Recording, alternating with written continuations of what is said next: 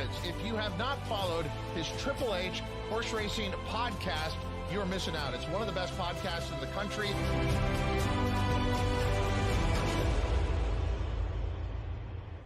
Good morning and welcome to Saratoga Today for Sunday, August 24th. I'm your proud host, Howard Kravitz, right here on the HHH Racing Podcast, along with co-host Pete Visco. We got a little bit of the Travers Day hangover, perhaps, so thanks for joining us this morning as we're going to be covering the late pick five today, Sunday, the penultimate weekend of the Saratoga meet. Please make sure you listen to us on Apple Podcasts, Spotify, and Anchor.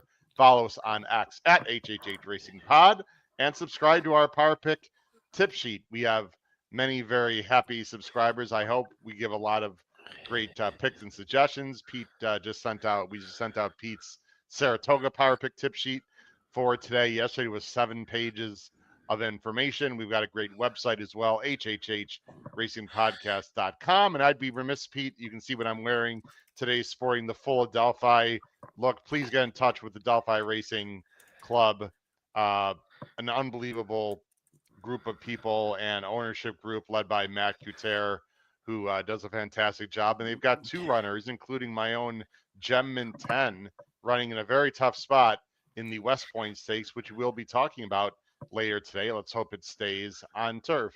Pete, how you doing this morning? I'm fantastic. How about you? I'm not fantastic, but I'm doing well. Thank you for asking. Let's talk about yesterday very, very quickly because there's some news coming out of yesterday, and some people, if you watch Weekend Warriors, and if you didn't, why not? We'd over 1,000 people watch yesterday, Pete. So go to our YouTube channel and check that out. And you did a great job, and so did Chris. I was multitasking big time. The first thing I want to do is let me talk about the 5 winners from yesterday. In order, Pete, it was just a who's who of racing yesterday with major Breeders' Cup implications. And I thought, other than one horse, which I'll mention in a second, every horse that won yesterday, I would say, has a good shot to win a Breeders' Cup race, starting with Torpedo Anna, then Patch Adams, Hope Road, Bookham Dano, Sovereignty. What a day, Pete.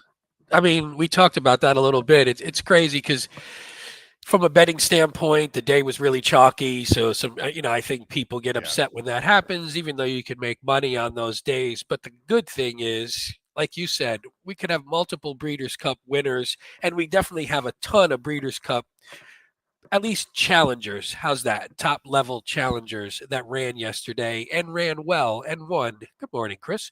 So, Morning, Chris. I mean, when you have a day like that, let's not complain too much. I mean, don't tell that to Randall. For 7 straight favorites. I mean, what are you supposed to know, Pete? Yeah, what are you going to do? Well, I can tell you, I played just as a funny bit. I played 4 pick fives yesterday on the card. Hit 3 of them. Lost money for the day. So that goes to show you what the day was like, because that was my mistake, though. It's a lesson learned of make sure on the days. Sometimes the days when the favorites just look like they're going to win, play your bets accordingly, and don't hope that you're going to get some prices in some other races, especially if you're playing like 1 ticket a sequence, which is what I did yesterday. I was out and about yesterday, so I played 1 ticket a sequence and just didn't play it right. But, hey, you can't complain when great horses run well, right? I mean, in the end, don't we like seeing that? So it's these kind of days, Pete, where people are like, let's see the star power. And then the star power happens and people bitch about it. Well, you want people like, let's get some price shots. Like, I'm sure you're like me. I'd like to see a little bit of some price shots in there like everyone else, but then when the favorites don't run well, people are like, oh, what a letdown. The favorites, you can't have it both ways. You can't have it both ways. I mean, so yesterday was just one of those days where the stars in general ran very well. And, you talked about ticket construction. It's a great point, Pete, because we've been doing this a long time, and you learn something every day, right? I mean, you fell on your sword a little bit, very eloquently here a minute ago. I pressed up a lot yesterday, but like big deal. I paid $50 pick 4, and I broke even basically, hitting it 5-6 times. So, I feel that spread got their butt kicked in basically. So look, next time you'll do well. We do the best we can. We'd like to think, or I'd like to think, I won't speak for you, Pete, that people watch the show not only for the entertainment value and Pete's beautiful smile and wonderful disposition.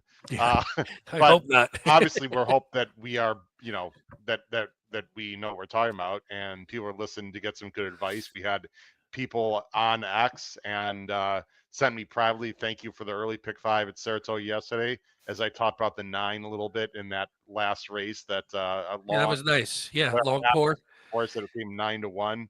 Yeah. But so that's just an example. I mean, of course, we were wrong other times too, but it's nice to get that satisfaction. In terms of the Breeders' Cup and news coming out very quickly, the Bookham Dano connections, apparently they're not going to the Breeders' Cup. It came Well, out. Paul said that it wasn't. And Paul on our private chat also said, don't take it as set in stone or anything, but just the fact that it's even a thought is crappy, for lack of a better I word. just okay, actually, oh, you just put it. I know the Sovereignty not going to the Preakness is completely different from Dano not going to the Breeders' Cup for several reasons. But if people are gonna crap on Sovereignty, I have big time crap on, like, there's zero reason why not to go. Zero. Zero. Unless he's hurt. Like, it does make that race a lot more wide open though. But I mean, that's something, I don't know, whatever. I don't want to go on, but Anna, they were toying with let's go to the Classic early in the year. Remember that?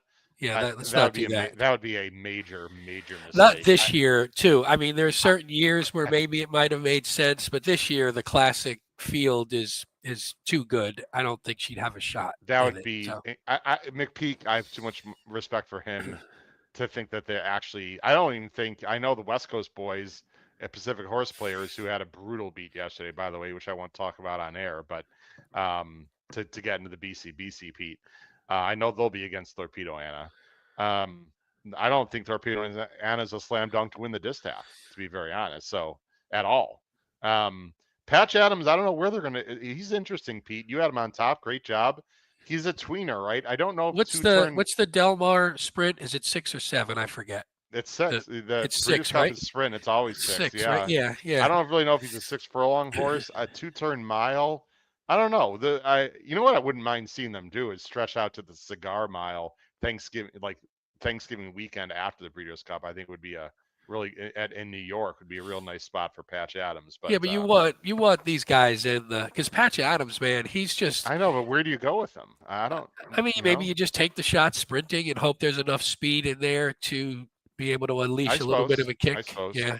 Hope Road, definitely a great race from her. Yeah. She's definitely going to be going to the Breeders' Cup filling her sprint, you would think. Bookham Down, we just talked about. And Sovereignty, Pete, a 1:15 that's buyer. ridiculous. My first thought it was a little bit high, but when I looked at the fractions and everything, it seems about right. And the buyer people, Pete, here come the conspiracies. The buyer people are not looking to boost up his numbers. They want to be accurate. So anyone that thinks, that they just made it higher, like to make him look better, some BS. Those you need. I don't know why they would care. I don't really know why they care. What benefit they get from doing that. I also wanted one more thing, Pete, and I got to call out some people on X. And if they hear this, I really don't give a shit. I heard a few people say, "Oh, I thought Bracket Buster was interesting, or he had a chance." Give me a fucking break. Bracket Buster, Pete, and you don't hear me swear very much, but I'm really annoyed by it. Bracket Buster, who ran a hole in the wind. I mean, he ran unbelievable. He got a 102 buyer, Pete. That's a 13-point buyer jump from anything he's ever run before, and he lost by 10. So anyone thought that Bracket Buster had a chance to win the damn race before the race, you're completely full of shit. Did. You're full of shit, and you're an idiot. And the bottom line is a lot of people didn't really like him for a second, nor did any I won't say intelligent people, but logical people, because Matitude was awful and strategic focus was pulled up, basically. So who else is going to finish second? It was one of those weird things. The red boarding, Pete. In all honesty, just drives me freaking crazy, man. In all honesty, though, isn't that the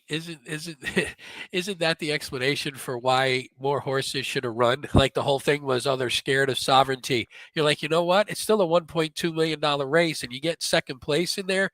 That's better than most races any of these horses are going to run in. So this is why you take Good the for shot. them and their connections, man. Good for them. I mean, big applause to Bracket Busters Connections for running and getting second. I mean, unbelievable. By the way, can I make one comment? We saw a lot of things about Sovereignty Oh, he's the first person. He's the first horse to win the Derby, the Belmont, the Dandy, and the Travers. I think they made a big deal about that. Yeah, I was looking, how many horses actually even run that combo the good same point. way? Well, not that they don't run it, but the ones who tried it ran in all three Triple Crown races, most likely. So that takes away, and then some of them maybe lose the Travers.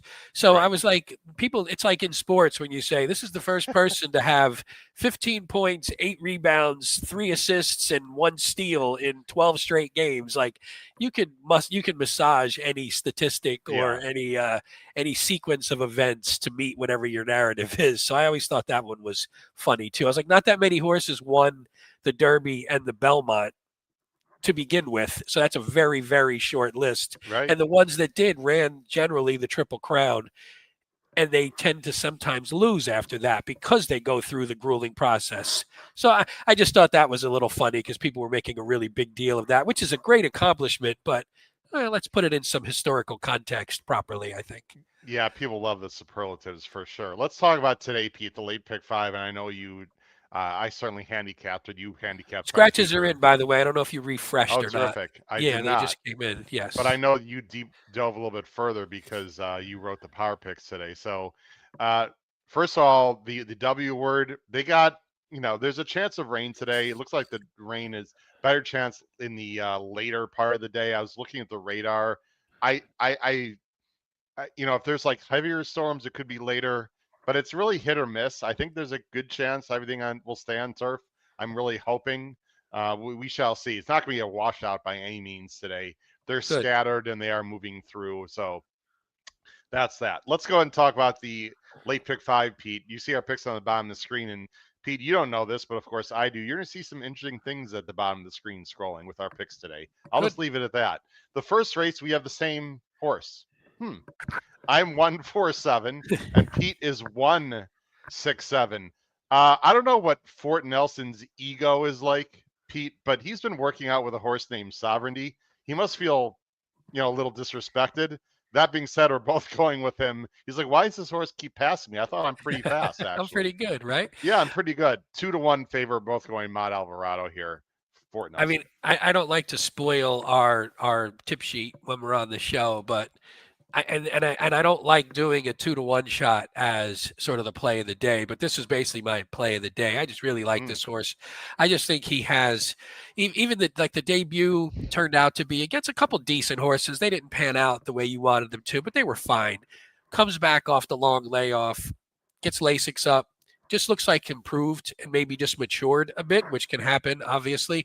And look who he beats. He beats Worthy Charge, who wound up coming back with I think a 90. But yeah, Worthy Charge came back and broke his maiden with a 96 buyer.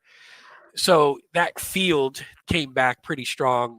Even the second horse is fine. So it's not like that field came back good enough. And I think this is the kind of horse that just, man, maybe just will improve again. And if he improves again, I just think he might be leaps and bounds better than this field.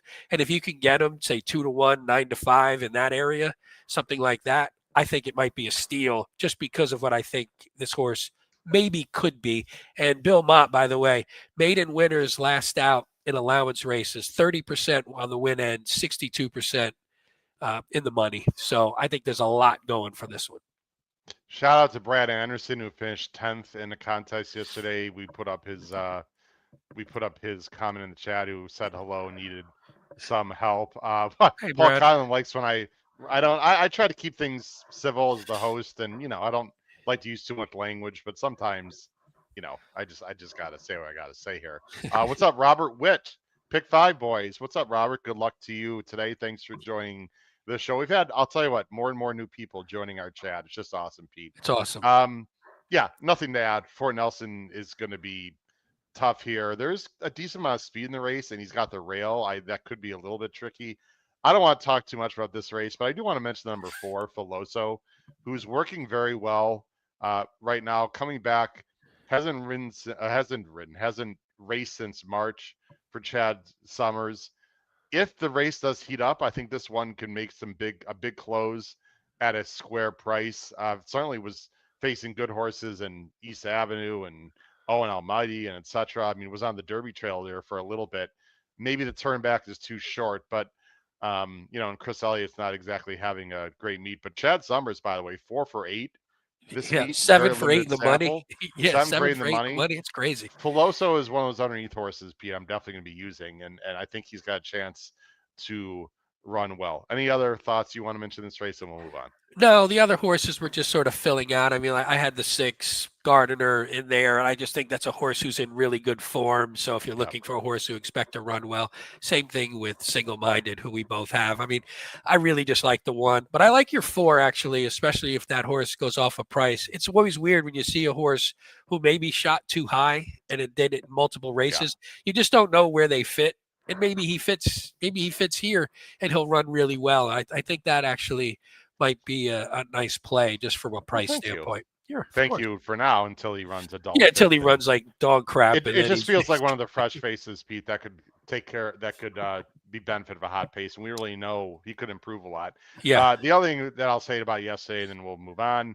For people that are wondering who watched Weekend Warriors, I put this out on X. I ended up finishing 14th in one contest and 18th in another. Both had over 100 entries, live money contests. I ended up not getting a BCBC or an HC seat. It was really disappointing, to be honest. But I put myself in a great position, Pete. I had a chance the last race. The 9, who I liked quite a bit, was awful. Was absolutely awful, to be honest. That's who I like too. I like that horse on top too. That horse didn't run a step. No, Serling had him on top. He had a ton of trouble in his last race. Anyway, overall, when you have a chance to get a seat of 10,000 or more, I consider a good day. It was disappointing at the end, but as you know, as part of Weekend Warriors yesterday, I was doing well in the contest. So anyway, just let people know. Maybe you need to cut back in distance. You can't handle that last 16th of a mile. Maybe I don't know what it is, but you magnituded it up a little bit. You faded late. Well, interesting enough, people really the leaderboard exploded more than I thought. People really spent a lot of money and pressed up, and I just didn't press up hard. Well, you also had the chalk too in the last leg, so I assume a lot of people did the sovereignty into that maybe, and that did. Yeah. If the chalk didn't win the last race, that might have helped me. You're right, but it could have been interesting. But I didn't go all in the last race. I still had money. I still had some money in my account, but overall, it was slightly disappointing for me at the end. Anyway, moving on. Race 7. Pete, I know it's going to sound ridiculous on a Sunday in a main 50 turf. This might be one of the toughest races I've handicapped all meet, in my opinion. I mean, I thought this race was completely impossible. Main 50, 1 mile on the inner. Let's hope it stays on the turf. Oh, the 5 is out. Wow. Yeah. Oh, I meant to mention that because I actually liked the 5 was my second. Look at this, Pete, on the bottom of the screen. You too. Okay. A wide open field, and we had the same 3. I had 4.59. You had 4.95. Go ahead. Yeah. So I'll talk to 4 while we figure out who our other pick would be. Yeah, it's funny. Again, this may or may not be a horse that I talked about a little bit on the tip sheet, but the 4 new issue with Pratt, and it's odd circumstance. This horse it's her third start, and she's already been claimed twice. So it's an odd circumstance. She's sort of shifting around a bit. But I think there's a little bit of talent there, especially compared to this field, who is really even, but nothing outstanding. And I like the pickup of Pratt. I just think tactically or trip wise, I think this horse is going to work out a decent trip. And my hope is that maybe she gets just a little bit more pace. Like from a time form standpoint, the pace doesn't look to be fast or anything, but just a little more. I mean, she's been sitting off sort of really soft paces lately, and I'd like to see just a little bit more up front. Pratt has ridden her now through each of the claims, which I like because, he didn't have to. Amelia Green, she's claimed 1 horse in her newly illustrious career, and she's had 1 horse off the claim, and she won with that horse. So let's keep the streak going, and let's get her 2 for 2 and try and get this horse home, who I like, but I think it's a wide open race, and it's sort of a softer I guess. Can a new career be illustrious? I don't know. Her career might be illustrious. We just didn't know about it statistically because she's been working under some high quality trainers in the past. How's just that? Like her just having career some has been fun. fantastic, though. I would Do imagine. you have somebody you want to throw in third instead of the 5? Oh yeah, you go ahead and talk for a minute. I'll figure out who my All right, third horse is. I'm going 4. Let me bring it up now. I'm going 498. I didn't have any intel on the Ray Handel runner. I just thought the breeding was interesting. There's a lot of first time starters in this race. The ones that have run just don't do much for me at all. So I don't have anything clever here. I just the 8 Artella, Whitworth Beckman is okay with first time starters. Not very good first time turf at all, No, obviously. one But for 20, 1 for 25 was the you the know, the full I stat. Yeah, that I don't scared know. me The a bit. horse is working okay according to the clockers. That last workout on dirt was good. I don't know. The complete guessing to me. Unlimited spending will probably be the favorite, Pete, as a default.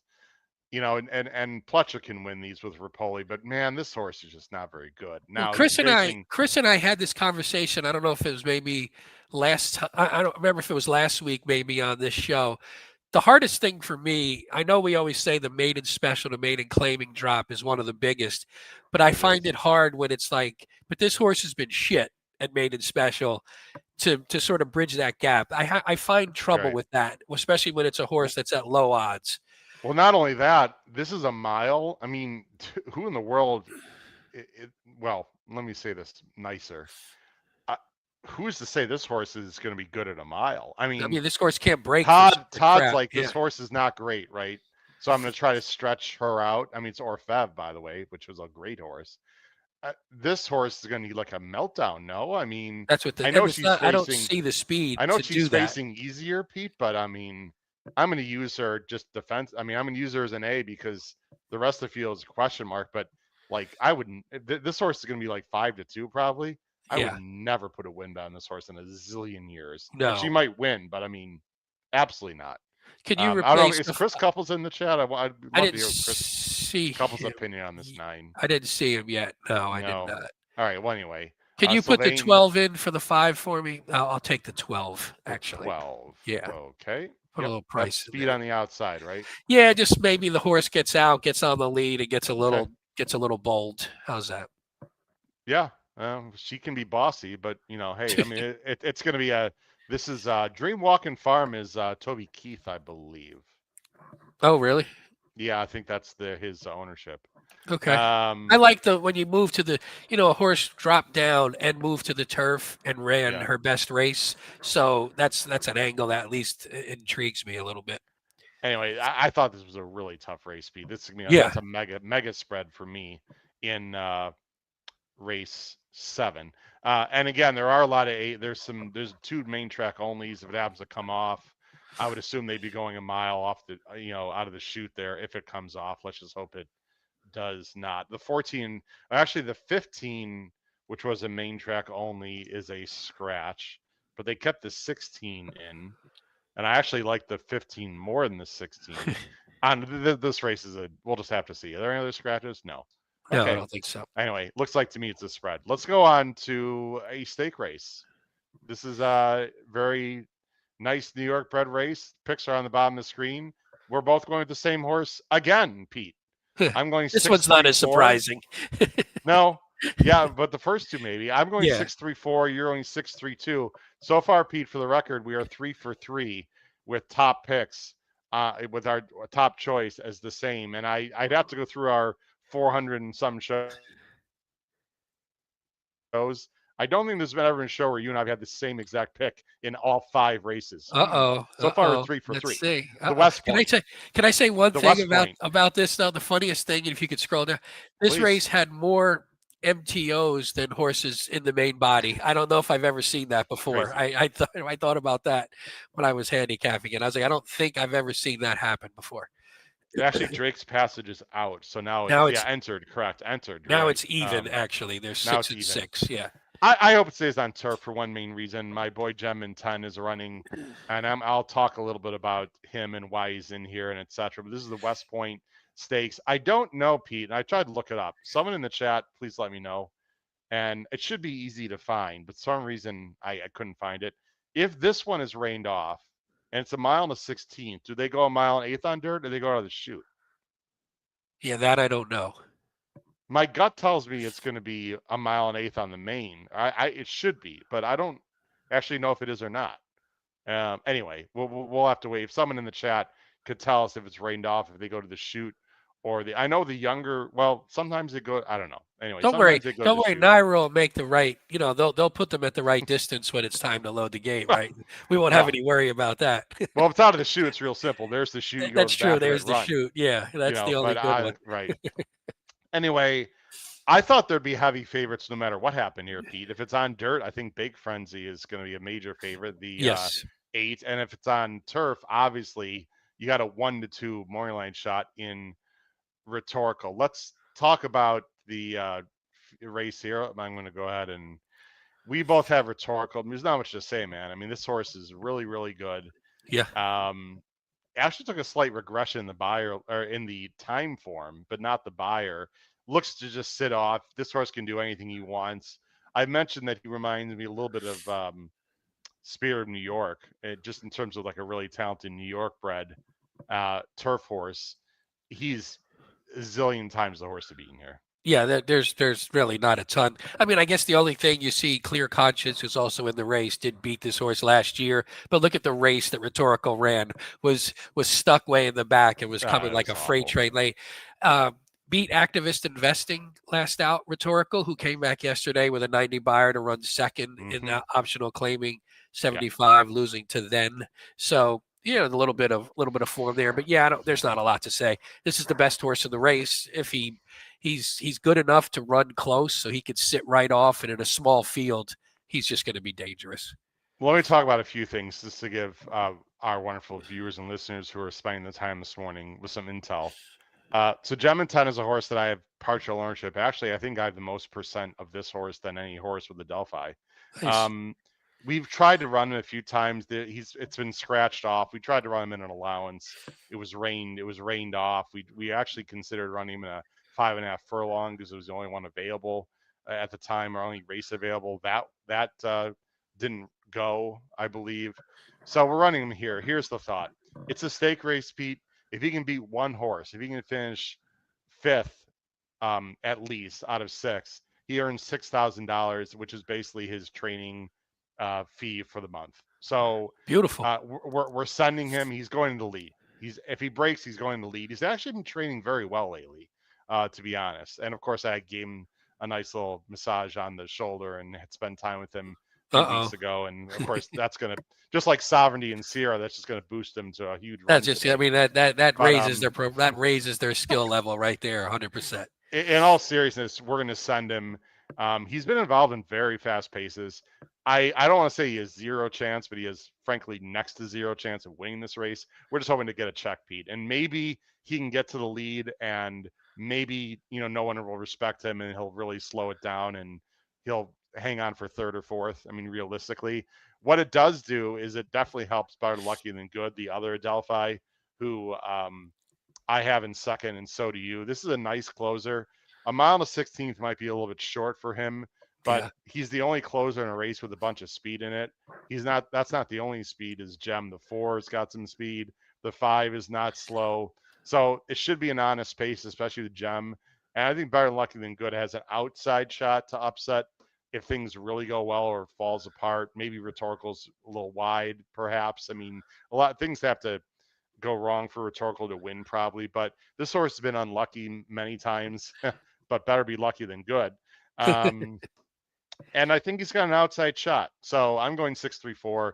I'm hoping Gem somehow hangs on for a check and the pace is not too fast. Hey, I mean, that's the side of ownership that people who are either new to the game or don't really know that side is prevalent, where it's like, hey, why are we entering this race? Well, we're entering this race because we think we got a good shot and we're trying to make a little bit of money. That's part of what ownership is about, too, to cover expenses and maybe make a little money. I mean, let's not forget. Well, we don't think he's got a good shot, just to be clear. I know it. I meant a good shot to get a check potentially, or it's a 6-horse field.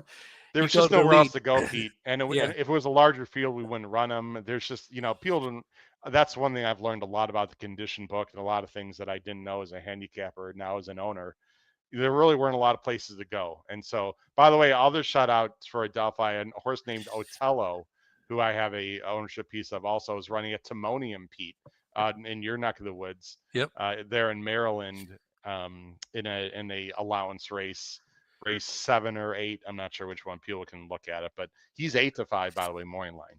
Nice.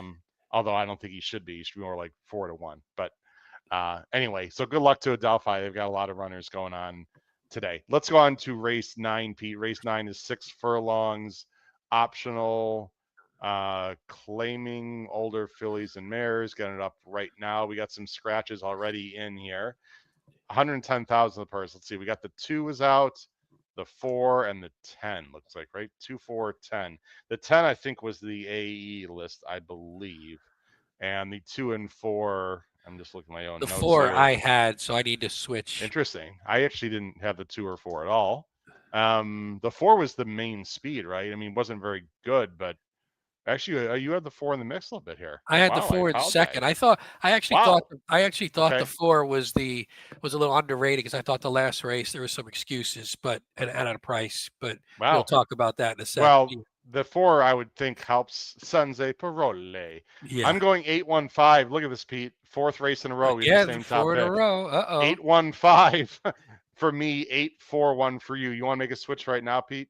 Yeah, I'm going to go 8-1. It's between 2 horses, and I am going to go. I'll just go with the 9. Also, I'll go with the 9. Roswell. Yeah. All right. 8-1-9. Not getting creative here. Senzi Paroli. We'll watch the replay last time. Obviously, something happened, unfortunately, after her start. But boy, last year she was absolutely awesome. Almost a year ago to the day, actually, and somehow went off at 7-2, Pete. This is one of the most impressive debut races of the entire summer last year. People remember. I'll just fast forward. She just in these Don Alberto colors and just ran a complete hole in the wind. You would have figured she was going to be an Oaks threat or a test threat or whatever she was doing this year. Unfortunately, I got injured. I will say the workout report is excellent. B's and B+ workouts for Senze Paroli. That number that she ran last year, Pete, is as good as anything in here. And she did that as a 3-year-old first-time starter. Again, we hate to be chalky here, but if this horse is ready, this horse looks really tough. Yeah, and this one was getting a lot of love on X when they saw that she was back and entered. Mhm. Where we just hope this is the kind of horse where you just hope that she comes back the same, because we like when we see great horses and super talented horses, and that's what she is. She looked so good watching the replay. She's under great connections. So and the breeding suggests that eventually they could stretch this horse out. So maybe she runs well this year and comes back next year and is a player in sort of the distaff division at some point. I agree. That's what we hope for, right? I wouldn't say it's a walkover. Paul's the Star is a pretty nice horse on the rail. Has speed. Should get a good trip for Morley. Has been working well. We both have this one in second. I threw Despo's Dream in there for third. Linda Rice Claim, man, you gotta watch these horses. With Pratt, with Pratt. That's probably a good move. They somehow mysteriously jump up quite a bit. I don't think how does that happen? Win, I don't know how that happens, but you know. I don't know. If you beat Senze Parole, actually, here's a good question, Pete. More likely to get beat, Senze Parole or Rhetorical? I would, man, it's tough. I would probably say, honestly, I don't think either one's going to get beat. I would maybe say Rhetorical, only because I think there's a couple horses in that field with a little more talent. I think this field, if she's right, she's just much better than them by a long shot. So none of these other horses have like high level stakes futures, no offense to them or their connections. And she does, but at least the Rhetorical field. I mean, we got the Adelphi connection. They could tag team her Rhetorical and try and knock her around a better. Well, I just realized that's a rhetorical question, isn't it? That is a rhetorical question. Punting away. I would go Senze Parole just because of the layoff. The layoff could get her. We don't know, but we don't know. I mean, she's working well. You never know. So I would say Rhetorical is probably more likely winner. It's also a smaller field, but fun conversation to have. They are both, that double's going to pay $3 or something. Very low. I felt like I wanted to say something, but I can't remember what I was going to say. So we'll just move on to the last race. 12-5 claimers It's not a maiden. It's not a main 50. Sprinting. So it's 12-5 claimers. There's a race a few weeks ago, Pete, with some of these horses. Yep. Coming back, Camp David won that race. The 8 Meet Me at Mondays is out. It's a field of 9, wide open field. Moyline favorite is the number 3. Takes Charge is Smiling for Atras and Santana. Atras also has the rail horse in Gatsby. Now, Pete, we are 4 for 4. Don't This tell could me be we're history. getting this one, man. Don't tell This me. could be history on the HHH Racing Podcast. Myself and Pete Visco. Do we have the same 5 Here, wait. top choices in the entire sequence? And the answer is No. no. Ah, damn. In fact, we don't have the same I don't 3 even at have all. any of the How about 3. that? That's crazy. I Yeah, am that is 10-1-6, and Pete is 5-3-7. Pete, you're going to play for a possible meltdown and go with Beach Walker, the veteran 8-year-old gelding for Rudy Rod and Flavian. This horse going to come from the clouds, turning back in distance, and I believe in class, correct, as Yes. well? Yep. And Okay. I mean, it's pretty much it. It's meltdown. It is. I didn't like the field, so there weren't a lot of horses. I think I had about 4 different A horses because I just didn't really love any of them, and I was just looking at it going, I think this field is kind of soft.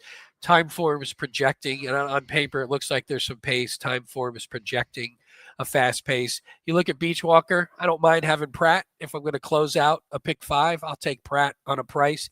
Yeah. Even though it's a horse that's run 66 times and 19 thirds. So odds on this horse is going to maybe run third. But you look 3 back at the claiming 12-5 level, which is where we are. Now that was at Aqueduct, but 1 at that level with Pratt coming off the pace with some pace to run into. 2 back didn't get really enough pace and was in the slop. And then last time out was still closing again and didn't get a hot pace, got a little bit of pace and was closing late, got second against a horse that sort of got away and just ran away. So wasn't catching that one. I'm looking at it going, the favorite's the horse on the outside, right? The 10 is the morning line or close to it. Close to it. Close to it. Oh, no, the 1. I'm sorry. The 1 is the actual favorite. Forgot. So you got the speed on the inside, but I think there's speed to the outside that could trouble the 1. And then you got the 10 all the way on the outside who maybe gets hung up in a little bit of trouble. Beachwalker just sort of sits a trip and hopefully can close at a nice price with a jockey that I know is going to at least give him the ride to get him there. Whether he's good enough, we'll see. Yeah, I wanted this level 3 back. Yeah. But I think if this was 7, I would really like this horse. Yeah, the 6 is is tough. a problem. It And is. you know me, Pete, I love a closer in a race that could be fast and Pratt. And, I think I told myself, why don't I like this 5 more? Because he's just slow, man. I don't know. I'm going to use him You're right. I mean, defensively. I have no disagreement with the knocks by Yeah. any stretch. Yeah. I'm gonna, people are like Howard's going to chalk. Look, I'll play chalk, ladies and gentlemen, when I think it's right. Rhythmic, weird, right? Claimed for 12 out of a 12-5, went up to 50. That was a ridiculous spot. Now back at the level. We'll stalk from the outside. Doesn't need the lead. Carmouche should sit a good trip. Yada yada. I thought Gatsby, we're gonna find out how great the 1 is from the inside with Atras as a 7-year-old. Atras is not going to bang. The 2 Atrases are the 1 and the 3 are not going to bang heads. Obviously, 1's going to go. I think the 3 is the one's going to be really sent. I think the 1's going to sit maybe the pocket or vice versa. But the reason why I don't love the 5, Pete, is partially because of that. Because those are 2 of the main speeds, and they're both trained by the same guy. So in my opinion, it's not going to melt down. You never know. But I think that's. You got to think about that, people. I think because that if it was different ownership or different trainers, sorry, Pete, I would like your 5 more. Maybe I'm looking too deep, but these kind of weird angles that I think I'm not calling myself excellent, but that excellent handicappers and deep divers look at because that can make a huge difference, right? No, it definitely can, and I do think the hope is that 9 is speed and sort of from that position has to go. Yeah, And I the think 9 is speed. Yeah, and I think the 3, you're right, the 3, but I think the 3's best chance is to at least be close. So I agree. I think there's going to be at least forward horses, and I think there's a couple others. Again, I'm looking at the 5 as more of a Let's see. Paul Kyle. Does the number 9 for Elliott have any shot? Let's. If the horse gets loose, Paul, I suppose, but I don't think so. No, I I don't didn't think think so. so. I just was looking at more of a sacrificial lamb. The claim on the 10 was from Flying P. Tread Good lightly. point, Oh, Chris. that's a But good you know what? point. Flying Yeah. P hasn't been as good this summer as they were last summer, Chris. Well, and it's always weird too when you But get a it's a fair horse point. who gets Yeah, it's hard to claimed trust and anyone in this jumps race, to up. be honest. So Yeah. I've got like the whole field pretty much. I got the 6 in there as a possible. I like the 6 a little more than the 5 as a closer because the 6 would be more tactical, although not coming from as far back. But you're right. It as much as it could be chalky the sequence. I want to spread a lot in race 7 and race 10, and I don't think race 6 is any bargain either. So you know we shall see. It's I an do interesting like the sequence. 5. I do like the 5 as sort of a potential try key kind of Yes. play because if that Agreed. horse could just get in the mix, and again, I'm expecting at least a good ride from Pratt. So if I can get that horse in the mix and we can get a little bit of a price on top, then maybe you're talking about something. I like it. I like it. I just I'm not sure I like the 5 to win. I just want to be clear. Yeah, no, that's no yeah, disrespect to your that pick makes. at all. Oh, I think I don't care. 5 can absolutely win if it melts down. I remember what I want to say, Pete. Jose Ortiz and his brother, Mr. Irad Ortiz, they are tied for the jockey standings right now with basically 1 week left. I think Chad's got a 4-win lead over Linda in the trainer standings. But the reason I want to bring up the jockey standings, I don't know if you heard, Pete, this is Jose Ortiz's last day riding at Saratoga. And you're like, wait a minute, what about next weekend, which goes through Monday, Labor Day? No, he's going to Kentucky Downs. Obviously, he's got a lot of Kentucky connections now, and the purses are insane. Yeah. So Jose Ortiz is leaving Saratoga to ride at Kentucky Downs next weekend, and therefore you'd have to think for sure that Irad Ortiz will win the jockey title. I just want to get your opinion on that. I mean, the fact of Jose just going. I mean, right? Yeah. You have to. At some point, they follow the money too a little bit, right? I mean, it's still a business, and they're still in it to make money. And again, you like you said, he's has ties now into Kentucky, which maybe in prior years that wouldn't even have been a consideration. He would have been here. I mean, I guess because the Jockey Club is Saturday, so yeah. I don't know if he has a horse going in there that he'd be missing out on, but otherwise, I mean, he's probably got a ton of horses at Kentucky Downs. Although it's so tough to win there, man. It's that It place might be is Sunday, crazy. by the way. I have to look it up. For some reason, I think it's Sunday for some The weird Jockey reason. Club.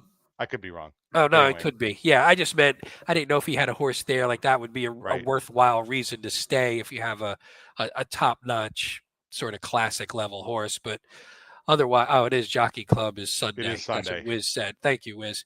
But yeah, I think that is interesting. But it's a business, and he's making a business decision. And really, the jockey championship is nice, I'm sure. But in the end, what does that really get you? I totally agree with you. I have no problem with it.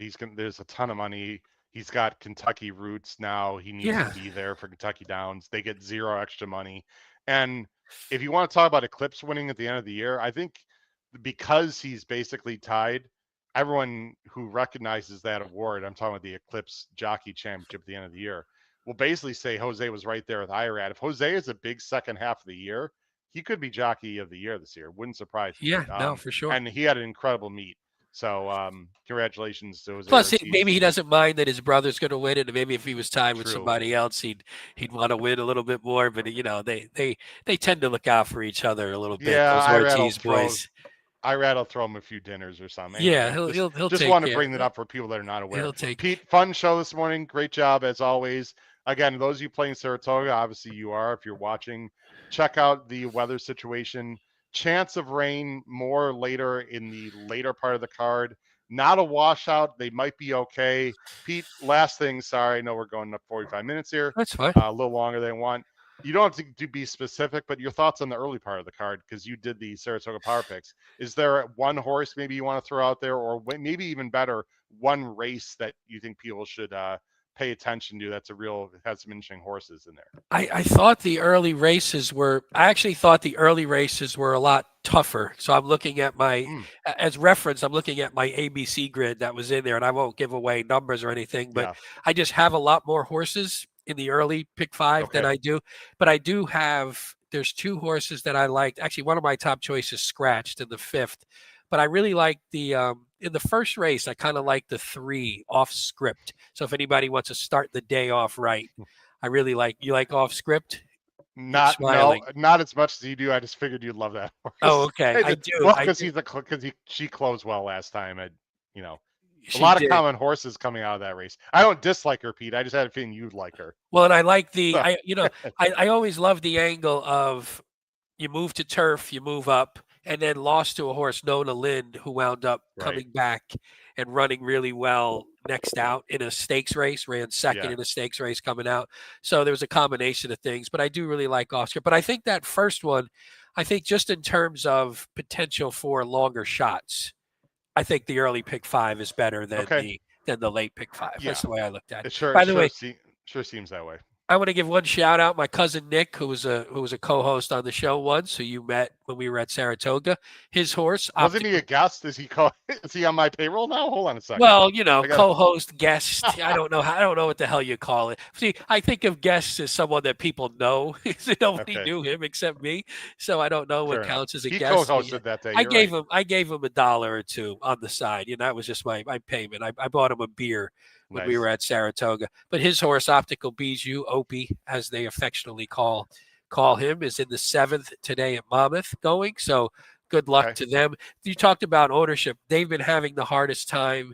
He hurt his foot leading into a race and they couldn't scratch him, so they didn't enter him. So then they tried to enter him again, and the races weren't filling, and they keep trying to find spots and figure out where. And again, I think until you're in that position, you just don't. A lot of people, regular bettors, just don't understand the gymnastics that go into trying to just get your horse into a race at some point, especially when you have to meet certain conditions and things like that. I think it's just a lot more complicated than the average bettor maybe is aware of. But good luck to them. Nobody bet the horse though, because we want to get good odds. So nobody bet the horse, but let's hope that he can win one today. Good luck to cousin Nick at Monmouth. I think appropriately, I want to end with 30 seconds here. People in the chat. Philippe, thank you, my friend. I don't want to talk too much about my contest play yesterday because it's about the horses as always. But that was a unique situation because I had 2 of them and did well. But thanks, Philippe. Really appreciate that. How about Chris Couples? Irresponsible wager day. I like it. I love it. Kyle Roscoe, line 1, get in touch with Chris Couples. I know the younger guys like to be a bit irresponsible once in a while. Tom Espinoza, thanks, Tom. We tried to start the show a little later for you today. I know that was an early start. Wait, Tom's been up early, yes. That went on forever yesterday, and yes, I was betting Meadowlands about 11 o'clock at night. Last night. Gary Slayton, thanks. Gary Rice also, thanks. Well, thanks, everyone out there. Appreciate it. There's only one more week left of Saratoga today. We are going to have live shows next Saturday and Sunday. Just to let everyone know, the Weekend Warrior show next Saturday is not going to be during the Saratoga races.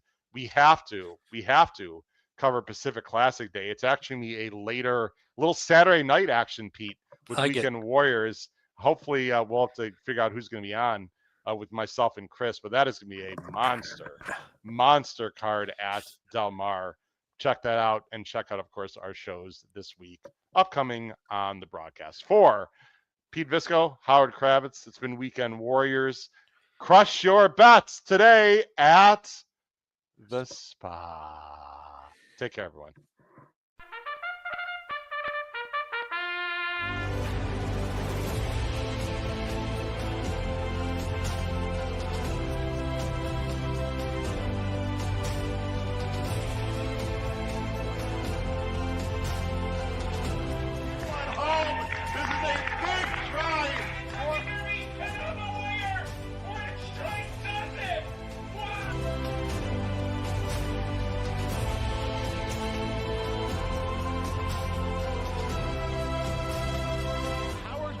If you have not followed his Triple H horse racing podcast, you're missing out. It's one of the best podcasts in the country.